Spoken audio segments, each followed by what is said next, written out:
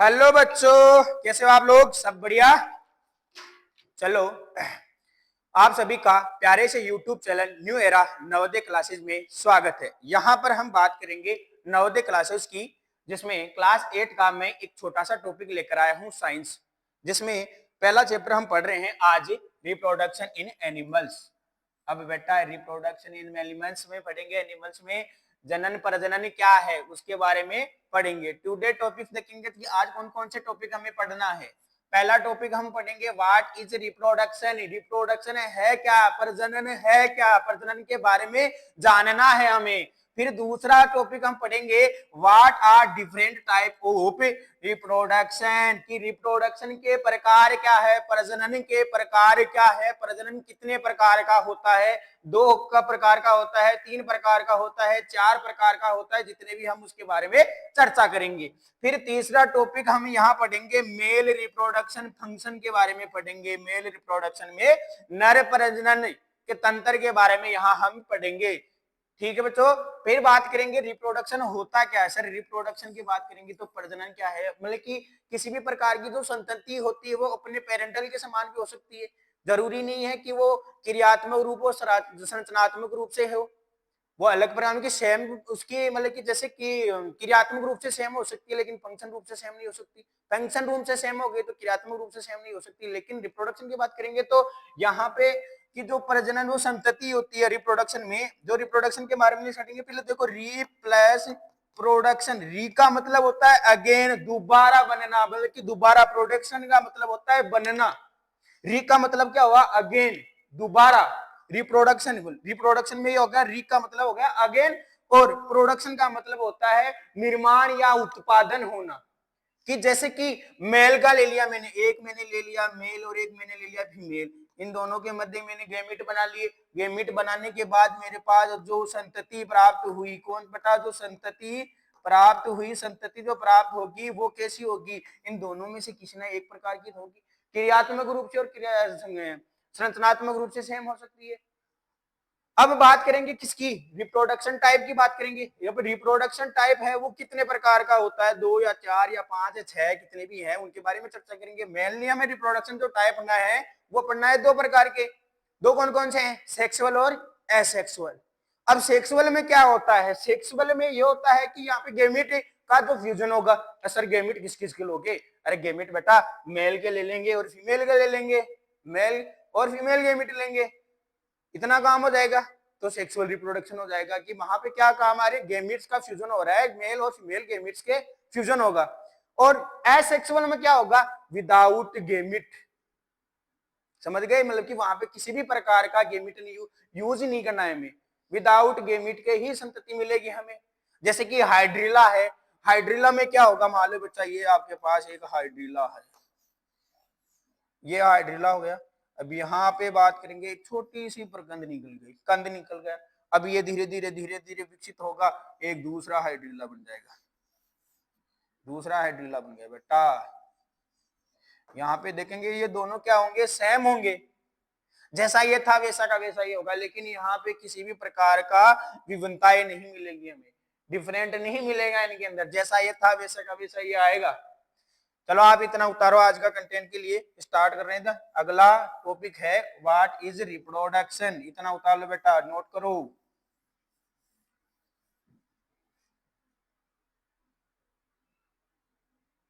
चलो बच्चों सबने उतार लिया होगा। अब देखते हैं अगली slide, what is reproduction.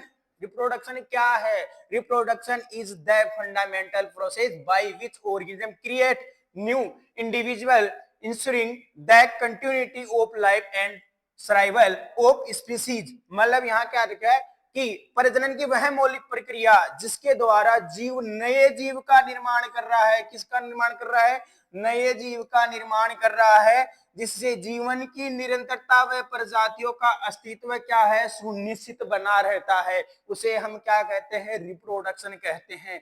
Reproduction में बात करेंगे, देखो बेटा इजीली याद रखना है, री प्लस प्रोडक्शन।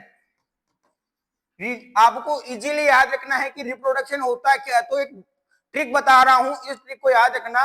रिप्रोडक्शन है, इसको दो पार्ट में बांट दो, री प्लस प्रोडक्शन। री का मतलब होता है अगेन, अगेन मतलब दोबारा। प्रोडक्शन का मतलब ह्यूमन में लेंगे तो मेक, मेक का मतलब क्या है, बनना या निर्माण होना, मतलब कि जैसा का जैसा पहले था वैसे का वैसा दोबारा बन रहा है। जैसे कि ह्यूमन की बात करेंगे तो यहाँ पे मान लो ये मेरे पास मेल है, प्लस में मैंने दूसरा ले लिया फीमेल। अब फीमेल और मेल से मैंने क्या करवाया, क्रॉस करवाया, क्रॉस करवा लिया, गेमिट बना लिया, गेमिट का मैंने फ्यूजन करवा दिया। फ्यूजन करवाने के बाद यहाँ पे मुझे क्या मिला, सन मिलेगा या डॉटर मिलेगी बेटा। तो ये दोनों देखेंगे इन पेरेंटल में मिल रहे हैं कि नहीं मिल रहे, इनके जैसा दोबारा बन रहा है कि नहीं बन रहा, वो क्या है, रिप्रोडक्शन है। क्या है, रिप्रोडक्शन है। रिप्रोडक्शन की बेटा डेफिनेशन करो सबके सब, ध्यान रखना। रिप्रोडक्शन की आपको शॉर्ट मैंने बता रखी है, री प्लस प्रोडक्शन। री का मतलब अगेन, रिप्रोडक्शन का, और प्रोडक्शन का क्या होगा, मेक, मतलब कि दोबारा या निर्माण होना, दोबारा निर्माण होना। चलो उतार लिया होगा, अगली बात करेंगे। What are different type of reproduction, की रिप्रोडक्शन है वो कितने प्रकार का होता है बेटा, दो प्रकार का होता है, देख लो। पहला है सेक्सुअल रिप्रोडक्शन। सेक्सुअल रिप्रोडक्शन होता क्या है, sexual reproduction involve the fusion of male and female gamete, sperm and egg to form a new individual. लैंगिक प्रजनन में नर व मादा युग्मक शुक्राणु व अंडाणु का संलयन होकर के नए जीव का निर्माण करते हैं। यहां पर मैंने बताया था बेटा अभी कि मेल में कौन सा होगा, मेल में कौन सा होगा, सेक्सुअल रिप्रोडक्शन होगा, क्योंकि यहाँ पे देखो शुक्राणु किसमें बनते हैं, मेल में बनते हैं, अंडाणु किसमें बनते हैं, फीमेल में बनते हैं। तो इस बात का ध्यान रखना कि तो मेल और फीमेल में रिप्रोडक्शन होगा वो कौन सा होगा, सेक्सुअल रिप्रोडक्शन होगा।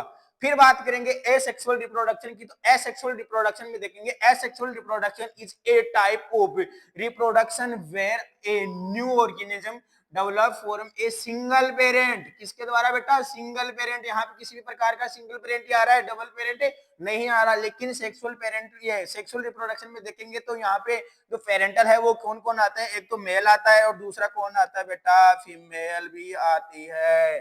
फिर यहाँ पे देखेंगे without the involvement of sperm and egg cell gamete, मतलब कि यहाँ पे किसी भी प्रकार के इन्वॉल्वमेंट नहीं होते गैमिट, गैमिट किसी भी प्रकार का काम ही नहीं आता, चाहे वो स्पर्म हो चाहे वो एग हो, मतलब यहाँ किसी भी प्रकार के जो गैमिट है वो यूज नहीं हो रहे हैं। सेक्सुअल रिप्रोडक्शन में बेटा देखेंगे तो सेक्सुअल रिप्रोडक्शन में जो पेरेंटल है वो किस में आएंगे, पैर में आएंगे, फीमेल और मेल।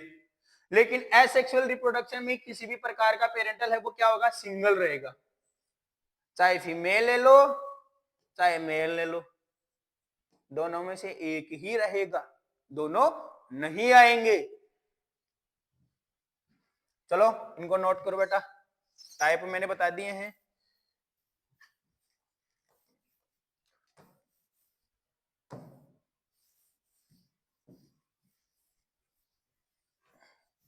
नोट करो बेटा, नोट करो,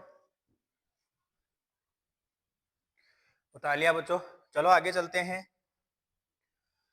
mail reproduction function, male reproduction function की बात करेंगे। The function of male reproduction system is to provide male gamete for fertilization the ovum. पुरुष प्रजनन तंत्र का कार्य क्या है, डिंब के निषेचन के लिए युग्मन प्रदान करने का काम होता है। यहाँ पे फर्टिलाइजेशन किसको करेगा, ओवुल को करेगा, किसको, ओवुम करेगा। फिर बात करेंगे इसकी कि the male reproduction organs are, की प्रजनन अंग कौन कौन से हैं, कि प्रजनन अंग कौन कौन से हैं। पहला है ए पेयर ऑफ टेस्टिस, मतलब कि वर्षण की एक जोड़ी। फिर दूसरी बात करेंगे एपिडिडाइमिस, एपिडिडाइमिस मतलब कि अधिवर्षण। फिर वास डिफरेंस, शुक्रवाहिका, यूरिथ्रा मूत्रमार्ग, पेनिस, लिंग, एसोसरी सेक्स ग्लैंड, प्रजनन सहायक ग्रंथि, प्रजनन सहायक ग्रंथि, बेटा ये प्रजनन यहां लिख लेना, प्रजनन सहायक ग्रंथि ग्रंथि और सेमिनल वेसिकल्स, सेमिनल वेसिकल्स शुक्र पुटिकाएं, प्रोटेस्ट प्रोटेस्ट ग्लैंड, बेटा ये कहाँ काम में आएंगी कि मेल रिप्रोडक्शन के अंदर हमें ये काम में आती है। प्रजनन अंग कौन कौन से हैं? 6 प्रकार के हैं। पहला है वर्षण की एक जोड़ी, अर्धिवर्षण, शुक्रवाहिका, मूत्रमार्ग, लिंग, प्रजनन सहायक ग्रंथियां, जिसमें कौन कौन सी है? शुक्र पुटिकाएं और प्रोटेस्ट ग्रंथि है। इनके नोट करना है बेटा, 1 मिनट। इनको हम अभी धीरे धीरे इसके बारे में पूरा जानेंगे कि मेल रिप्रोडक्शन फंक्शन में जो सहायक है वो तो अंग है, जो अंग हमने लिखना है, फिर इसके आगे की बात करेंगे। नोट करो बच्चों, उतार लिया? चलो आगे चलते हैं। Production of sperm take a place in testis, मतलब कि जो स्पर्म का जो निर्माण होता है वहां कहाँ होता है? टेस्टिस में होता है। Which are located in a pouch called scrotum outside the body, मतलब कि जो शरीर के बाहर वर्षण कोश नामक थैली में स्थित होता है। थोर स्पर्म डक्ट और vas deferens sperms are transported inside the body, मतलब कि शुक्र वाहिनी या शुक्र वाहिनी का के माध्यम से शुक्राणु का शरीर के अंदर ले जाया जाता है। मतलब कि ये मेल में बनेंगे शुक्राणु, किस में बनेंगे बेटा? मेल में बनेंगे। मेल में बनेंगे तो फीमेल में कैसे जाएंगे? मतलब कि किसके द्वारा जाएंगे? वे शुक्र वाहिनी या शुक्र वाहिनी के द्वारा, शुक्राणु वाहिनी या शुक्र वाहिनी के द्वारा जाएंगे ये। फिर बातें करते हैं। Semen is the mixture of sperm and secretion from seminal vesicles, protest, corpus and urethral gland। अब बात करेंगे जो वीर्य है वो किस किस का मिश्रण है?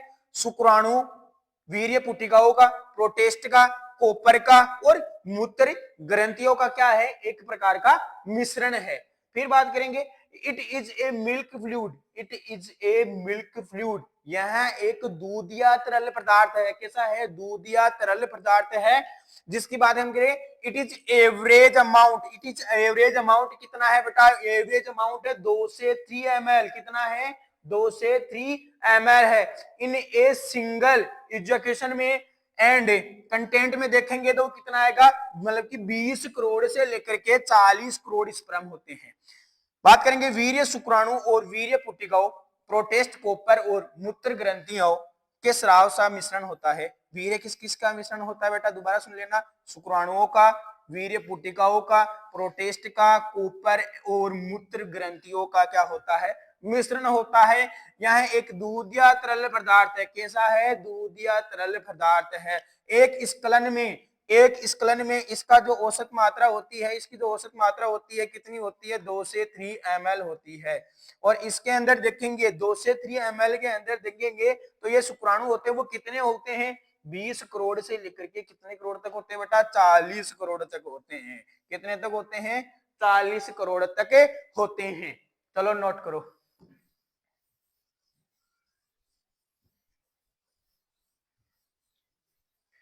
क्या नोट करिए सर, आप पूरे को व्हाइट कर देते हो, हमें तो नोट करने का टाइम बाद में देते हो, पूरे को व्हाइट कर दिया पहले ही। The sperm mature within the epididymis, which is a small tubular, not fitting like a cap on the upper pole of the testis. The interstitial cells, leading cells present in testis produce the male sex hormone testosterone, which is responsible of for secondary sex character in a male। मतलब कि क्या बोल रहा है कि जो शुक्राणु का जो अधिकर्षण बीथर की परिपक्व होती है, मतलब कि क्या होती है? बीथर परिपक्व होता है अधिवर्षण के अंदर, है ना? जो वर्षण के ऊपरी ध्रुव पर एक टोपी की तरह फिट होने वाली एक छोटी सी ट्यूबुलर गांठ होती है। वर्षण में मौजूद अंतरालीय कोशिका, लेडिंग कोशिका, ये पुरुष सेक्स हार्मोन टेस्टोस्टेरोन, बेटा पुरुष सेक्स हार्मोन याद रखना, कोई पूछे तो कौन सा बताना है? टेस्टोस्टेरोन हार्मोन बताना है। कौन सा बताना है? टेस्टोस्टेरोन हार्मोन बताना है, जो पुरुष में द्वितीय यौन लक्षणों के लिए क्या है? जिम्मेदार है। कौन है ये? द्वितीय लक्षणों यौन के लिए कौन जिम्मेदार है बेटा? टेस्टोस्टेरोन हार्मोन होता है। अब देखो ये बेटा आपके पास में टेस्टिस है, एपीडी डायमिस बन गया, एपिडिडाइमिस, बेटा ये होता है एपिडिडाइमिस,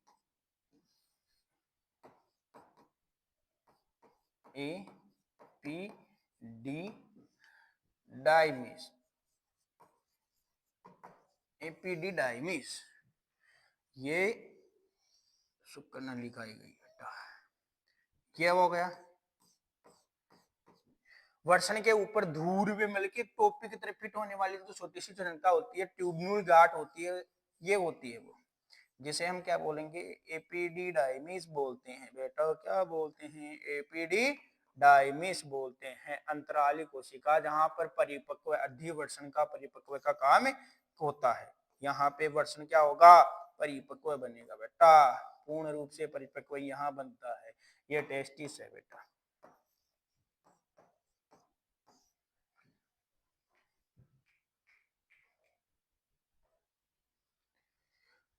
उतारो बच्चों इसको, ये तो मैंने समझा ही दिया।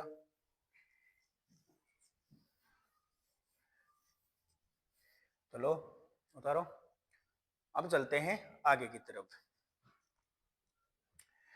अब हमने मेल रिप्रोडक्शन फंक्शन के बारे में पढ़ लिया। मेल रिप्रोडक्शन के बार बार में हम बात करेंगे किसकी, स्पर्म की बात कर रहे हैं। किसकी बात करें, स्पर्म की बात करें। Structure of sperm, the sperm call is composed of 3 male part, 3 main part. 3 main part कौन कौन से हैं, द हेड, मिडफाइज एंड टेल। शुक्राणु कोशिका मुख्यतः कितने भागों से बनी होती है, 3 भागों से बनी होती है। पहला है सीट, दूसरा है मध्य भाग, और तीसरा कौन सा है, पूंछ। The head content a cape-like structure called as acrosome and the nucleus, which contains all hereditary information needed to successfully reproduce. Once the sperm cell has fertilization in egg. लेकिन सिर में क्या होती है, एक केप जैसी संरचना होती है, कप जैसी संरचना होती है, जिसे हम क्या कहते हैं, एक्रोसम कहते हैं। तथा उसमें क्या होता है, न्यूक्लियस मतलब एक केंद्रक होता है। फिर बात करेंगे जिसमें क्या होता है, शुक्राणु के द्वारा, शुक्राणु कोशिका को अंड में निश्चित करने के लिए, अंड के निश्चित करने के बाद आवश्यक जानकारी के लिए कौन रहेगा, आनुवांशिक जानकारी भी उसमें होती है। The head is use to parented the egg, सिर का उपयोग क्या होता है, सिर का उपयोग अंडे में प्रवेश करने के लिए किया जाता है। The midfish contains several of mitochondria which are essential for the sperm to successfully travel on its journey to the female egg. मध्य भाग में कई माइटोकॉन्ड्रिया होते हैं जो शुक्राणु को कहां तक ले जाते हैं, मादा के अंड तक सफलता पूर्वक जीवित रखने का कार्य करते हैं। बेटा यहाँ पे ध्यान रखना, सफलता पूर्वक जीवित रखने के लिए कौन काम कर रहा है, माइटोकॉन्ड्रिया काम कर रहा है। कौन कर रहा है, माइटोकॉन्ड्रिया का काम कर रहा है बेटा। चलो इसको उतारो,